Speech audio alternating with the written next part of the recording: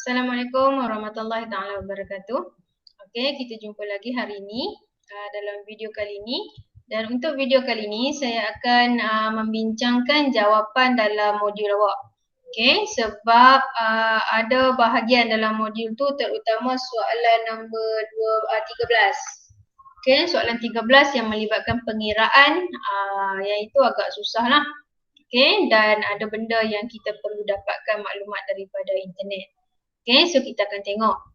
Okay, so saya harap awak dah selesai semua soalan dan kita akan bincang jawapan. Okay, get ready muka surat 194 awak punya modul.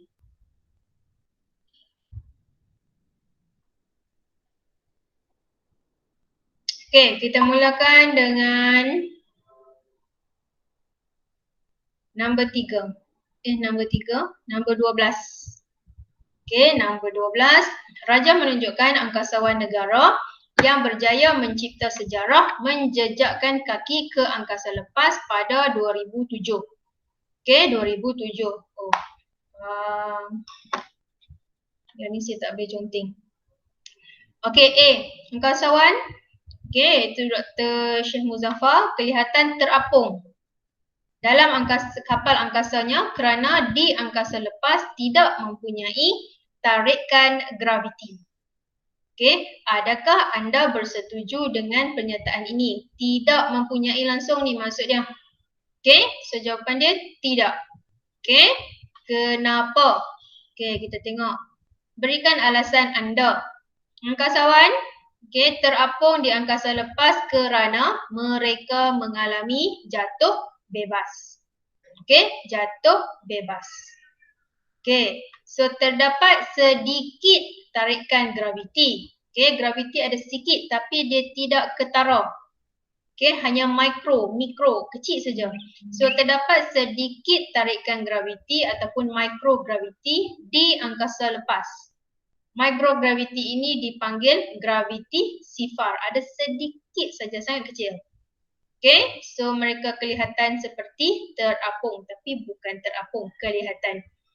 Okay, nombor 13. Stesen Angkasa Antarabangsa atau ISS merupakan sebuah stesen angkasa yang direka untuk manusia hidup di angkasa lepas. Okay, so waktu Syekh Muzaffar pergi tu dia mendarat, kapal angkasa dia mendarat di ISS. So, nyatakan fungsi stesen angkasa antarabangsa. Okay, yang pertama, so saintis akan pergi dekat sana, dia ibaratkan dia punya rumah sementara. Okay, untuk penginapan mereka dekat sana. So, dia buat apa kat sana? Takkan pergi saja-saja. So, yang pertama untuk menjalankan penyelidikan. Okay, dia nak buat kajian apa tentang angkasa, buat kat sana. Okay, so macam Syekh Muzaffar, saya kata di hari tu dia bawa mikrob. Okay, mikroorganisme nak tengok boleh atau tidak mikroorganisme hidup di ruang angkasa. Okay, yang kedua memantau angkasa lepas. Okay, nak tengoklah kehidupan, putaran, satelit, orbit. Okay, memantau keadaan di angkasa lepas. Okay, B ni dia kompleks sikit. Okay, so untuk B kita akan tengok dekat sini sebab saya boleh buat contengan. Okay, B. So sebelum kita jawab soalan B, saya dah pesan hari tu kemarin dalam video sebelum ni, iaitu untuk kita menghitung, okay, untuk kita menghitung atau menjejak stesen angkasa ataupun ISS ni, okay, kita kena sana garis dia. Okay, untuk kita menghitung ISS ni, kita kena hafal formula ni. Okay, so tolong hafal formula ini. Okay, so tempoh orbit ataupun tempoh satelit tadi mengelilingi orbit, kita panggil T sama dengan panjang orbit. Panjang orbit ni sama dengan dia punya lilitan. Orbit ni bentuk elips, kalau bulat-bulat lah. Okay, dari hujung sini sampai bertemu balik. Ini panjang orbit. Okay, so panjang orbit samalah dengan panjang lilitan. Okay, lilitan. Ingat lagi tak formula lilitan? Awak dah belajar maths kan? 2 pi J. So dari tengah ni sampai sini adalah dia punya jejari. So lilitan sama dengan 2 pi J. Okey, bahagi dengan laju satelit. Berapa laju satelit tadi mengorbit dalam orbit dia tu, laluan orbit dia, berapa kelajuan dia. Okey, so sama dengan panjang orbit tadi saya kata lilitan 2 pi J. J ni adalah ketinggian orbit tambah dengan jejari bumi. Okey, ketinggian orbit ni kita kira daripada bumi. Okey, so contoh ni bumi. Okey, ini bumi. Ini bumi. Okey, ni orbit. Okey, orbit ada banyak lah kan. So ini dari sini kita guna pensel pen lain pula. Okey, dari tengah bumi ni. Okey. Dari tengah ni sampai sini. Okey, ada sibuk lah. Dari tengah bumi ni, permukaan bumi ni sampai hujung sini adalah jejari bumi. Okey, dari tengah ni sampai sini jejari bumi. Okey, kemudian kena faham ni, sekejap lagi ada pengiraan dia. Okey, dari bumi sampai sini jejari bumi. Dari sini, okey, dari sini permukaan atas bumi ni sampai sini adalah ketinggian orbit. Okey, ketinggian orbit. So, bermaksud tak nak dari sini sampai sini jejari bumi. Sini sampai sini jejari bumi. Dari sini sampai sini ketinggian orbit. So, bermaksud kalau dia suruh cari jejari orbit tadi, bermaksud dari bumi, dari pusat bumi ni, okey, dari pusat bumi ni sampai ke sana. Okey, so bermaksud dia kena tambahlah J ni, okey, jejari bumi tambah dengan ketinggian orbit, dapatlah jejari orbit. Faham tak? So 2 pi J sama dengan 2 pi tambah jejari ni, daripada tengah-tengah bumi ni sampai hujung orbit ni, yang paling jauh ni. Okey, so ini adalah jejari orbit. Okey, so kemudian yang kedua. Okey, jejari bumi ni dia fix nah. Jejari bumi saya dah tulis kat sini. Jejari bumi adalah 6,371 kilometer. Okey, 6,371 kilometer jejari bumi. Okey, daripada tengah dasar bumi sehinggalah ke hujung bulatan bumi ni 6,371 kilometer. Okey. Yang kedua, yang ni kena hafal, kekerapan ISS mengorbit bumi dalam sehari. Okey, dalam sehari berapa kali dia orbit bumi? Sama dengan 86,400 saat bahagi dengan tempoh orbit. Okey, berapa minit dia boleh buat satu orbit, satu putaran. Okey? So daripada maklumat-maklumat ni kita boleh kira. Okey, satu lagi hal laju putaran.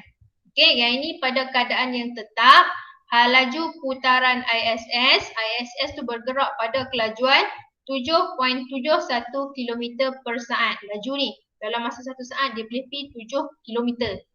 Okey, antara 7.6 hingga 7.7.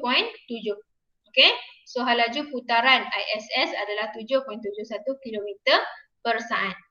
Okey, so dengan maklumat-maklumat ni kita boleh mula menjawab. Okey, tengok yang pertama. Kirakan berapa kali stesen angkasa antarabangsa mengorbit bumi dalam masa 1 hari. Nampak tak tulisan ni? Biru. Okey, berapa kali stesen angkasa antarabangsa mengorbit bumi dalam masa 1 hari? Okey, dia bagi masa yang diambil oleh stesen untuk membuat satu putaran mengorbit bumi adalah 92 minit. Maksudnya Ni satelit. Okey, contoh satelit. Okey, satelit. Ya Allah. Satelit, ini bumi. Okey, bumi. Okey, dia boleh buat satu putaran mengorbit ni dalam masa 92 minit. 92 minit.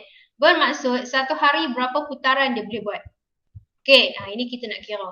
So dalam masa sehari kita ada 24 jam. 24 jam darab dengan 60 minit. Okey, so kita dapat 1440 minit sehari. Okey.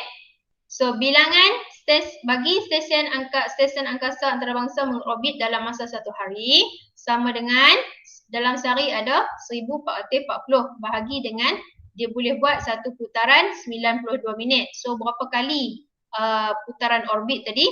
Dia boleh buat 15.7 kali. Okey, so dalam masa sehari satelit ataupun ISS ni, stesen angkasa antarabangsa ni, dia akan buat sebanyak 15 kali putaran mengelilingi bumi dalam orbit dia. Okey, itu maksud dia. Boleh? So yang ini kekerapan ISS mengelilingi bumi. Okey, dalam sehari. Tapi dia kira dalam minit.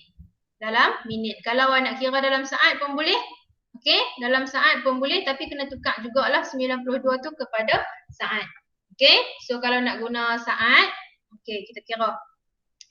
Okey, kalau awak kira 11440 darab 60 sebab 1 minit ada 60 saat. So awak akan dapat 86400 saat.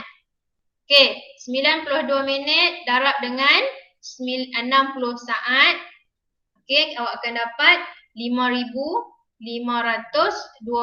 saat. Okey, so bilangan atau kekerapan. Okey, boleh kod lah formula ni. Kekerapan sama dengan 86,400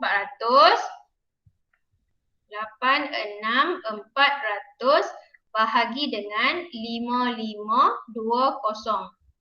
Okey, sebab awak guna saat kan. Yang ini dia guna minit. Pun awak akan dapat jawapan yang sama, lebih kurang 15.7 kali. Okey, so kalau nak guna formula ni, formula yang ni, okey, sebab dia guna saat, so kena tukar jugalah tempoh yang 92 minit tu kepada saat. Kalau nak guna minit pun boleh, tapi hak atas ni pun kena minit juga. Okey, boleh? Okey, yang kedua. C. Hitungkan panjang lilitan orbit yang dilalui oleh stesen angkasa antarabangsa. Okey, yang ini kita kena guna formula tempoh tu. Okey, tempoh sama dengan panjang orbit bahagi dengan laju ISS tadi. Sebab ni dia ISS kan. Kalau satelit dia akan bagilah. So laju ISS. Okey, laju ISS saya dah bagi tadi 7.71.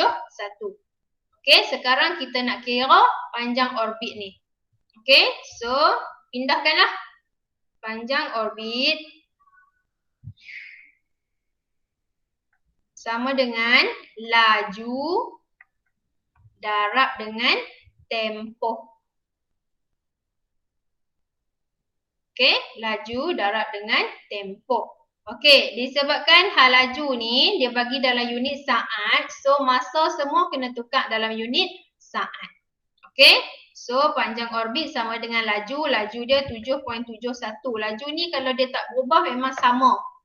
Okey, laju ISS memang akan sama. Dia pada setting macam ni. So 7.71 kali dengan tempoh 92 minit darab 60 dia akan dapat 5,520. So awak darab-darab awak akan dapat panjang orbit adalah 42,559.2 kilometer. Okey, maksud dia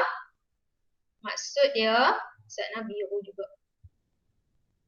Maksud dia ni bumi, permukaan bumi. Okey, ini adalah laluan orbit ISS. So daripada mula sini sampai dia bertemu balik dekat sini, orbit tadi panjang dia 42,559 kilometer. Jauh kan? Sangat jauh. Okey? 42,559. Okey? 0.2 kilometer. Ini panjang orbit untuk ISS. Boleh? Yang ni dia bagi siap-siap. So kalau dalam soalan nanti dia bagi rasanya. Okey, kalau dia tak bagi awak kena hafal lah untuk ISS. Kalau satelit lain memang dia akan bagi lah kot. Okey. D. Anggarkan altitude. Altitude ni ketinggian. Okey. Stesen angkasa antarabangsa dari permukaan bumi jika radius bumi adalah 6371. Okey, so sekarang dia suruh kira ni bumi. Okey, radius jari bumi ni dari sini sampai sini dia dah bagi 6371.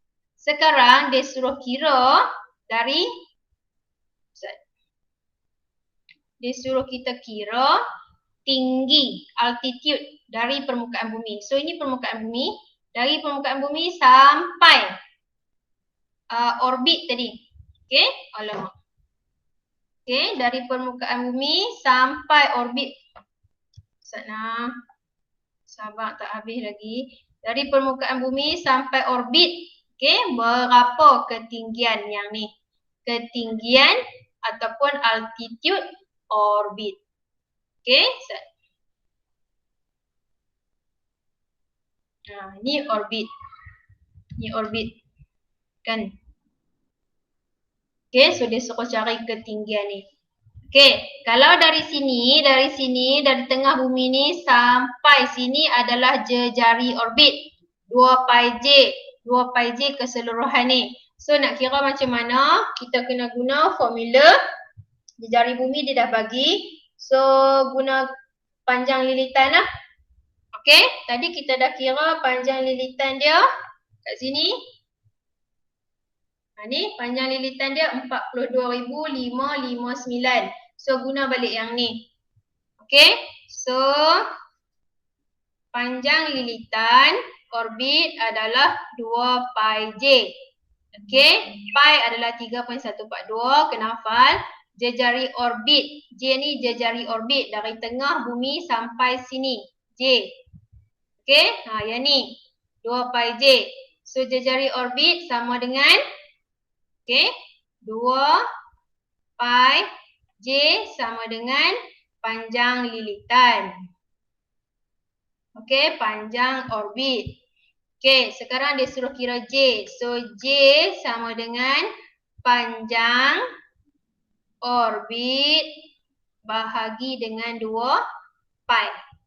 Okey, 2 pi sama dengan panjang tadi kita kira dapat 42,559.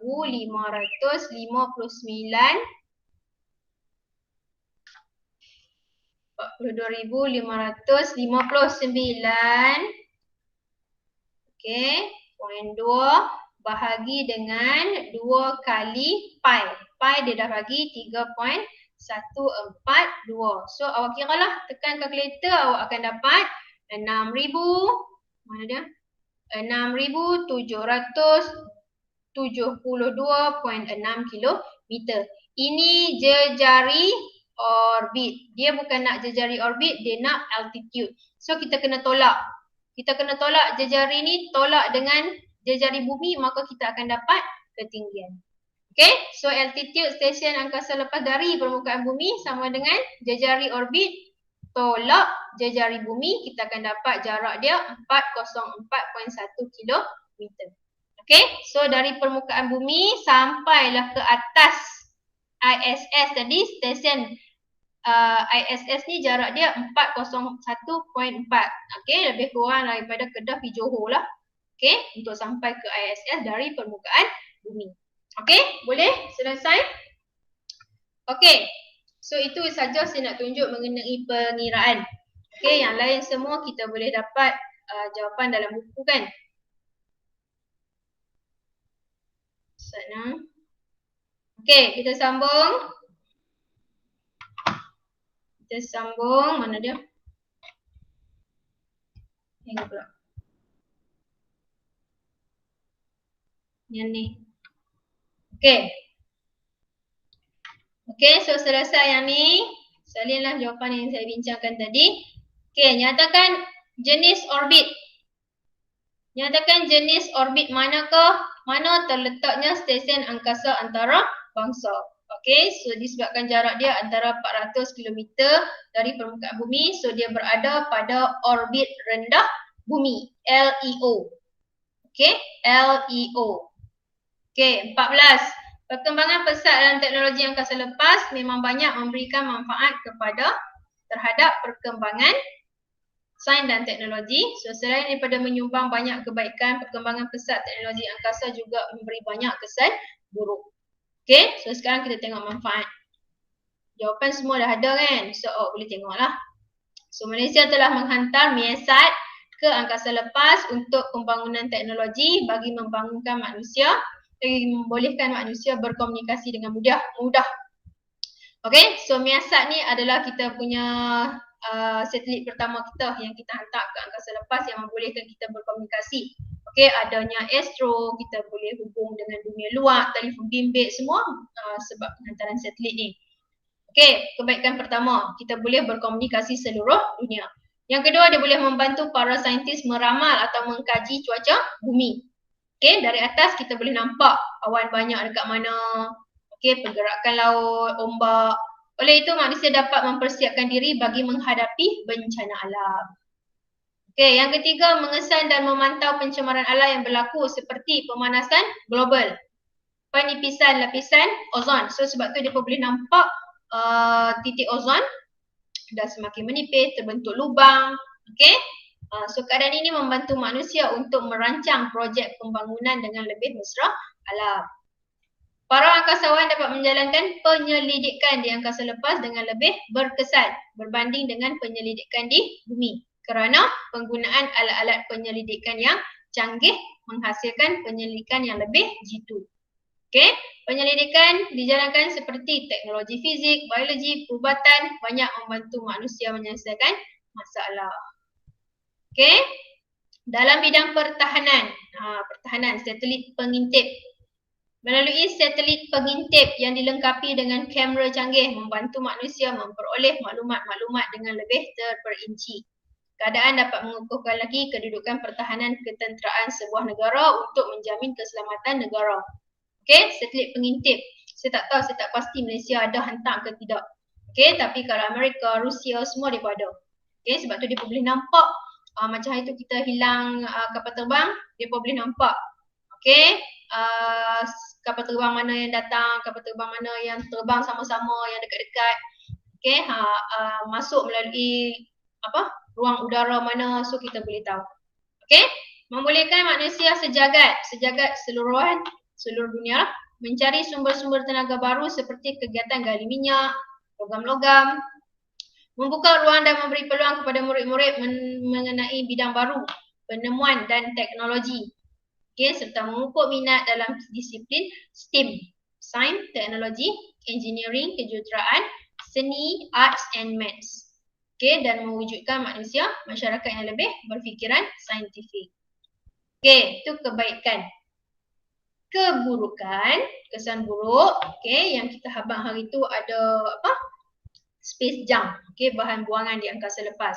So, terdapat lebih daripada 20,000 objek di angkasa, termasuklah objek buatan manusia. Okey, ada yang saiznya lebih besar daripada bola sepak mengorbit bumi. Okey, objek tersebut bergerak pada kelajuan sehingga 17,500 miles batu per jam. Okey.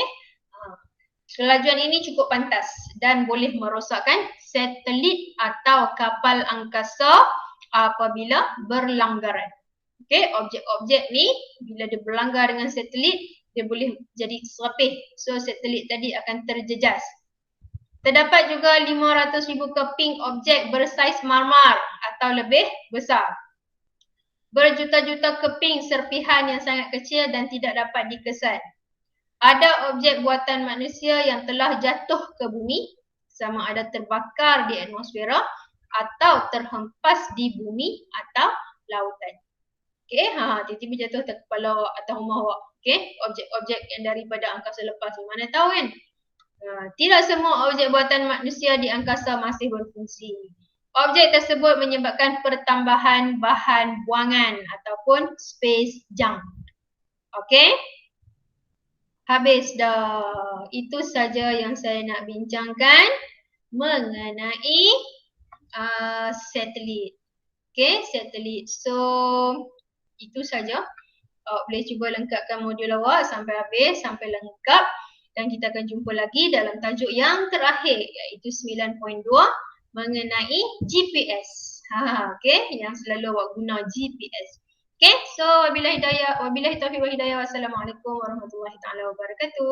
Bye bye.